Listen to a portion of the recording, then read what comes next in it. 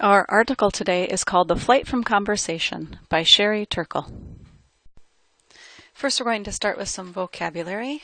Our first word is sacrificed, which means to give up something. Mere means only, and executives are managers. Circumstances are situations. Plugged in means connected to the digital world. Customize is to adjust to fit us, and colleagues are people we work with. Laments means to express feelings of sadness about something, and furiously means angrily. The cockpit is the place in the airplane for the pilot, and Goldilocks effect refers to a folktale where Goldilocks takes food to get a perfect temperature for her. Messy is difficult. Demanding requires a lot of effort. To shortchange means to not give ourselves enough of something. Gulp means a big taste of. And discrete means small bits. If something unfolds, it progresses. To dumb down means to make simpler. Diminished means to reduce. And self-reflection is to think about what we do. To dispense with means to throw away. Companions are friends. Haunting means scary. Collectively it means as a group. And delusion is a false belief about the situation that you are in. Fidget means to move around restlessly, and a reflexive impulse is something you do automatically. Flee means to run to escape. Solitude is being alone. And fragile is something that is easily broken. To be partisan is to strongly support one group. A sacred space is a special spot that needs to be honored. Casual Fridays, in workplaces, people wear casual clothes on Fridays. And stutter means to speak unevenly.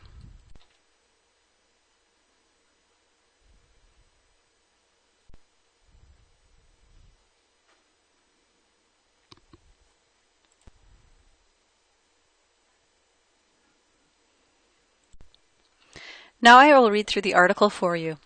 The Flight from Conversation by Sherry Turkle. The Flight from Conversation. We live in a technological universe in which we are always communicating, and yet we have sacrificed conversation for mere connection. At home, families sit together, texting and reading email. At work, executives text during board meetings. We text and shop and go on Facebook during classes and when we're on dates.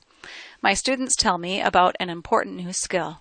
It involves maintaining eye contact with someone while you text someone else. It's hard, but it can be done.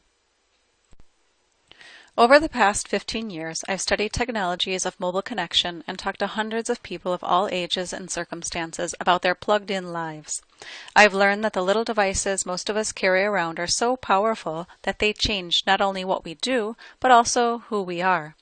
We've become accustomed to a new way of being alone together. Technology-enabled, we are able to be with one another and also elsewhere, connected to wherever we want to be. We want to customize our lives. We want to move in and out of where we are because the thing we value most is control over where we focus our attention. We have gotten used to the idea of being in a tribe of one, loyal to our own party. Our colleagues want to go to that board meeting, but pay attention only to what interests them. To some, this seems like a good idea, but we can end up hiding from one another, even as we are constantly connected to one another. A businessman laments that he no longer has colleagues at work. He doesn't stop by to talk. He doesn't call. He says that he doesn't want to interrupt them. He says they're too busy on their email. But then he pauses and corrects himself. I'm not telling the truth. I'm the one who doesn't want to be interrupted. I think I should, but I'd rather just do things on my BlackBerry. A 16-year-old boy who relies on texting for most everything says almost wistfully, someday, but certainly not now. I'd like to learn how to have a conversation. In today's workplace, young people who have grown up fearing conversation show up on the job wearing earphones. Walking through a college library or the campus of a high-tech startup, one sees the same thing. We are together, but each of us is in our own bubble, furiously connected to keyboards and tiny touchscreens. A senior partner at a Boston law firm describes a scene in his office. Young associates lay out their suite of technologies, laptops, iPods, and multiple phones, and then they put their earphones on. Big ones, like pilots. They turn their desks into cockpits. With the young lawyers in their cockpits, the office is quiet, a quiet that does not ask to be broken. In the silence of connection, people are comforted by being in touch with a lot of people, carefully kept at bay. We can't get enough of one another if we can use technology to keep one another at distances we can control. Not too close, not too far, just right. I think of it as a Goldilocks effect. Texting and email and posting let us present the self we want to be. This means we can edit, and if we wish to, we can delete or retouch the voice, the flesh, the body, the body. Not too much, not too little, just right. Human relationships are rich. They're messy and demanding. We have learned the habit of cleaning them up with technology, and the move from conversation to connection is part of this. But it's a process in which we shortchange ourselves. Worse, it seems that over time we stop caring. We forget that there is a difference. We are tempted to think that our little sips of online connection add up to a big gulp of real conversation. But they don't. Email, Twitter, Facebook, all of these have their places in politics, commerce, romance, and friendship. But no matter how valuable, they do not substitute for conversation. Connecting in SIPs may work for gathering discrete bits of information or for saying, I'm thinking about you, or even for saying, I love you. But connecting in SIPs doesn't work as well when it comes to understanding and knowing one another. In conversation, we tend to one another. The word itself is kinetic. It's derived from the words that mean to move together. We can attend to tone and nuance. In conversation, we are called upon to see things from another's point of view. Face-to-face conversation unfolds slowly. It teaches patience.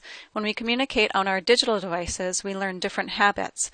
As we ramp up the volume and velocity of online connections, we start to expect faster answers. To get these, we ask one another simpler questions. We dumb down our communications, even on the most important matters. It is as though we have put ourselves on cable news. Shakespeare might have said, we are consumed with that which we're nourished by. And we use conversations with others to learn to converse with ourselves. So our flight from conversation can mean diminished chances to learn skills of self-reflection. These days, social media continually asks us what's on our mind, but we have little motivation to say something truly self-reflective. Self-reflection in conversation requires trust. It's hard to do anything with 3,000 Facebook friends except connect. As we get used to being shortchanged on conversation and to getting by with less, we seem almost willing to dispense with people altogether. Serious people muse about the future of computer programs as psychiatrists. A high school sophomore confides to me that he wishes he could talk to an artificial intelligence program instead of his dad about dating. He says the AI would have so much more in its database. Indeed, many people tell me they hope that a Siri, the digital assistant on Apple's iPhone, becomes more advanced. She will be more and more like a best friend, one who will listen when others won't. During the years I have spent researching people and their relationships with technology, I have often heard the sentiment, no one is listening to me. I believe this feeling helps explain why it is so appealing to have a Facebook page or a Twitter feed. Each provides so many automatic listeners, and it helps explain why, against all reason, so many of us are willing to talk to machines that seem to care about us. Researchers around the world are busy inventing sociable robots designed to be companions to the elderly, to children, to all of us. One of the most haunting experiences during my research came when I brought one of these robots, designed in the shape of a baby seal, to an elder care facility, and an older woman began to talk to it about the loss of her child. The robot seemed to be looking into her eyes. It seemed to be following the conversation. The woman was comforted. And so many people found this amazing. Like the sophomore who wants advice about dating from artificial intelligence, and those who look forward to computer psychiatry. This enthusiasm speaks to how much we have confused conversation with connection, and collectively seem to have embraced a new kind of delusion that accepts the simulation of compassion as sufficient unto the day. And why would we want to talk about love and loss with a machine that has no experience of the arc of human life? Have we so lost confidence that we will be there for one another? We expect more from technology and less from one another, and seem increasingly drawn to technologies that provide the illusion of companionship without the demand of relationship. Always on you devices provide three powerful fantasies: that we will always be heard, that we can put our attention wherever we want it to be, and that we never have to be alone. Indeed, our new devices have turned being alone into a problem that can be solved. When people are alone, even for a few moments, they fidget and reach for a device. Here, connection works like a symptom, not a cure, and our constant reflexive impulse to connect shapes a new way of being. Think of it as I share, therefore I am. We use technology to define ourselves by sharing our thoughts and feelings as we're having them. We used to think, I have a feeling, I want to make a call. Now our impulse is, I want to have a feeling, I need to send a text. So in order to feel more and to feel more like ourselves, we connect. But in our rush to connect, we flee from solitude, our ability to be separate and gather ourselves. Lacking the capacity for solitude, we turn to other people, but don't experience them as they are. It is as though we use them, need them as spare parts to support our increasingly fragile selves. We think constant connection will make us feel less lonely. The opposite is true. If we are unable to be alone, we are far more likely to be lonely. If we don't teach our children to be alone, they will know only how to be lonely. I am a partisan for conversation. To make room for it, I see some, first, deliberate steps. At home, we can create sacred spaces, the kitchen, the dining room.